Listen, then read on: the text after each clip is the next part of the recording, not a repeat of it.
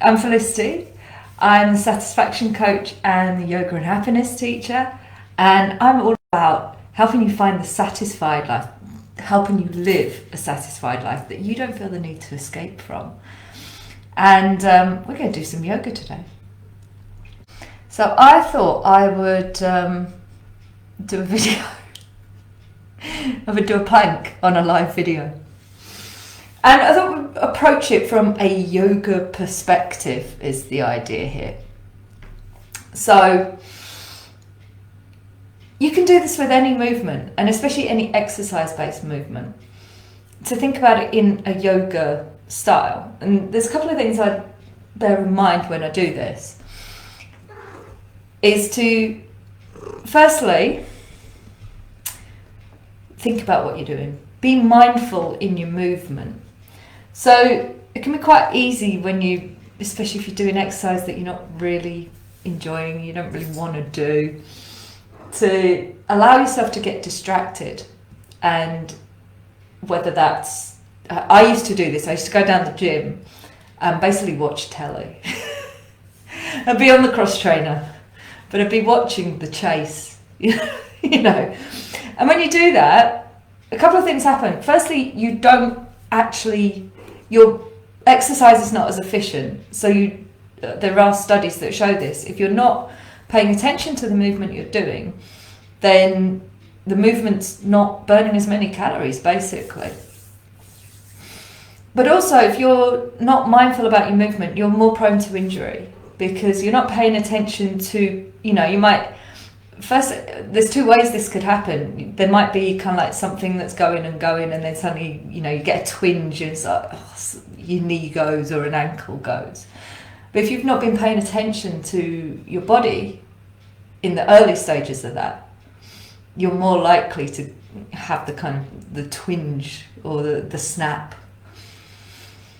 So if we can be more mindful, we can prevent that happening in the first place. But also the build-up of poor movement pathways, and this is what we do a lot in yoga, is trying to make the movement pathways so they're better for us, so they're more nourishing for our body rather than punishing. So if you're just running, you might land with a foot slightly turned in, which is all right if you're being chased by a lion and you've just quickly got to get away. If you're doing that all the time, if you're running a couple of miles every day and you're not consciously thinking about the actual way that your body is mapping its movement, eventually, a slightly turned in foot could lead to an ankle problem, a knee problem, a hip problem, even a shoulder problem. So if we're not paying attention to our actual movement while we're moving, then we might be storing up problems for our body later on. So that's one way that we can be yogic about any movement. We're going to introduce this into plank today, is to be mindful about the movement. But then the other way is to consider it as a whole body, consider the whole body as a whole thing. So it's all very well us thinking, we kind of have in our mind that plank is a core exercise. Here's your insight, here's your top tip number one. Plank is not a core exercise. It does not just exercise your belly. And if that's all you're feeling, then you're not doing it right. So plank is a full body exercise. It's actually quite a good exercise from that point of view, that it's a full body workout. So if we can bear this in mind when we're doing a plank, in theory, if we can incorporate the whole body to helping us stay in position, hopefully, in theory, it should make it a little bit easier. Or at least it should make it easier to stay there longer. The first thing actually I wanted to say was make it as easy for yourself as possible. So things like Don't just do it straight on a hard floor. You know, have something cushioned underneath you.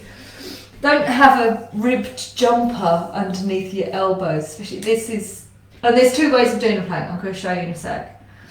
But you know, if you're doing it on your forearms and all your pressures, or a lot of your pressures on here, you don't want a jumper. That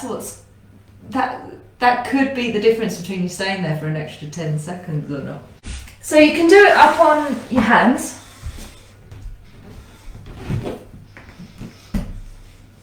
This is actually much easier on the shoulders to do it this way.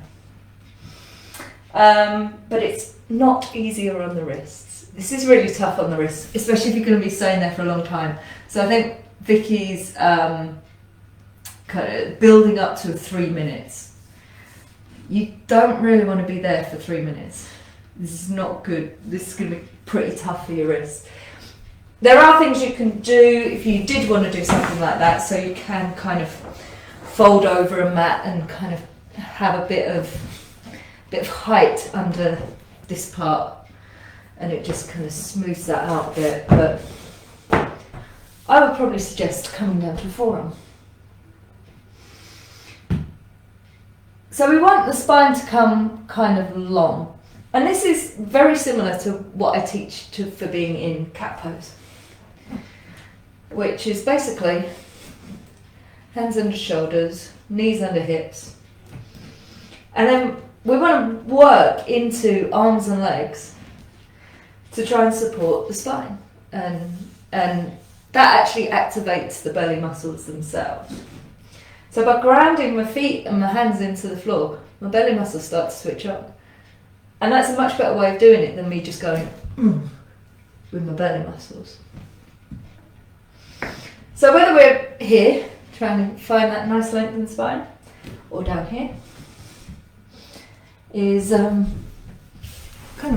it's the same principle either way. Just bring this forward so I can see better, so I can see what I'm doing a little bit better. Now, when you're coming down here, you do want your elbows at least shoulder width apart. So you might want to bring the hands together, but you still want the shoulders apart.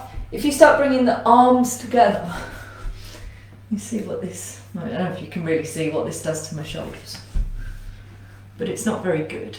It feels rubbish just when I'm sat up. So we want the shoulders to stay kind of open, broad. Let's think. You know, I want to keep this sense of the shoulders being nice and broad.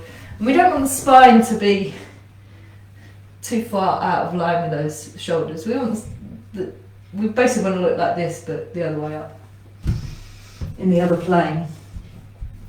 So wherever you're putting your hands, whether it's palms down, in which case you can really ground those hands into the floor, or you can bring the hands together. I quite like having hands together here. That feels really nice and stable. But again, I'm using the contact of the hands together to fire up my arm muscles, and also again grounding whatever I can ground into the floor. Now, as I was talking to you there, my lower back was doing all sorts of funny things, so we don't want that. What we can do before I take my legs out and even go into plank, as it were, is get this sense of my feet grounding into the floor to support my lower back. So this is me being a bit lazy. This is me starting to support my back, but grounding those feet in, grounding the hands in. So we kind of want this lengthened spine thing happening. We'll take the legs out. Now, it doesn't really, I don't think it matters too much how high your bum is, as long as this bit is in a decent line. What you don't want is for it to be stuck out. So can you see I'm kind of bending in my spine, and that's actually a bit better. I am going to time myself. I know there's a timer on that, just so I've got an idea of how long I've been there. Like I say, I've not really got any idea. So, when I'm actually going to come into my plank, I'm just going to extend my legs back. And the thing is, You can keep working through this throughout. So I'm going to start with my arms, make sure that I'm grounding through my arms. I don't want to push too hard into the arms, but you don't want to sink into the shoulders either. And bear in mind, when I'm doing this plank here, I'm doing weird stuff with my body as well, so that's an additional challenge, right? And then my legs, I'm really thinking of lengthening through the back of the legs. So there's energy going down the back of my body all the way up my heels. But I'm also thinking of lengthening up the front. I can't point because my arms are kind of busy at the moment. So I'm lengthening up the front of my body as well, all the way from the toes. And this helps engage the belly as well a little bit. So then it's just a case of checking in around my whole body. What are my arms doing? How do my shoulders feel? And as you get to kind of your limit point, where you're thinking, that's as much as I can do today, start thinking, well, what is it that's really bad for me here? Is it my arms? Have I actually got into a poor position on my arms? Is it my shoulders? What do I need to do more work in to hold this up? I don't know if this bit's very entertaining now, because I don't think I've got much else to say. But my sister did 1 minute 45, and I'm up to 1:35, so I've got to compete with her, right? And keep breathing. Try not to talk. Talking makes it really hard. And you can keep adjusting all the time. Keep thinking it through. And when you see the clock really nearly reach 2 minutes, it's a good incentive to stay for a little bit longer. I know you can see on the timer there anyway. So that was 2 minutes. And that was quite enough for me. I got quite red. Whew. So I don't know. Hopefully there's a bit of advice there that helps. And do you know what? First time you do it, you might not last more than 30 seconds. You might not last more than 10 seconds first time you do it, Asmi. Good to see you, by the way, Asmi. Yeah, it's a tough, and it's, like I say, it's a full body workout. So I feel it in my arms. We talk about it being a core exercise, but for me it's my arms, it's my shoulders where I really feel it at first. So that says to me that that's the area, that might be where I need to exercise more. But what it actually says to me is, well, maybe I need to take more into my legs. And there's a limit to what you can do there, but maybe it needs to be my legs that work a bit more to take a bit of that pressure off my arms and my shoulders. Like I say, doing it on your hands, I find is a bit easier from a shoulder point of view. It's easier to keep the shoulders supported here. And when I do it here, I'm literally just going to take, just rolls over the toes to come up here. And it feels a bit, it is a bit straighter, I think, here. You can kind of get that straight line from shoulder to heel without feeling like you're dropping into the hips. I don't think I mentioned that actually. So either way, the keep up, the reason your legs are really good at work is to stop your back from collapsing. So especially with dodgy lower back like mine, you don't want to be going into stuff like this. And if anything, you're better off being over supported both in your lower back and in your shoulders than under supported. You do not want to be dropping into shoulders or dropping into your back. You are better being slightly hunched, but you're not going to be working out much in the centre of your body when you're doing that either. So, and if you're going too far that way, then that leads to its own set of problems as well. So just being mindful all the way through and trying to differentiate between what is a bad pain and what is just this kind of aches because I don't do this kind of muscular activation very often. It's all part of your physical self-inquiry. which is why we do physical stuff in yoga.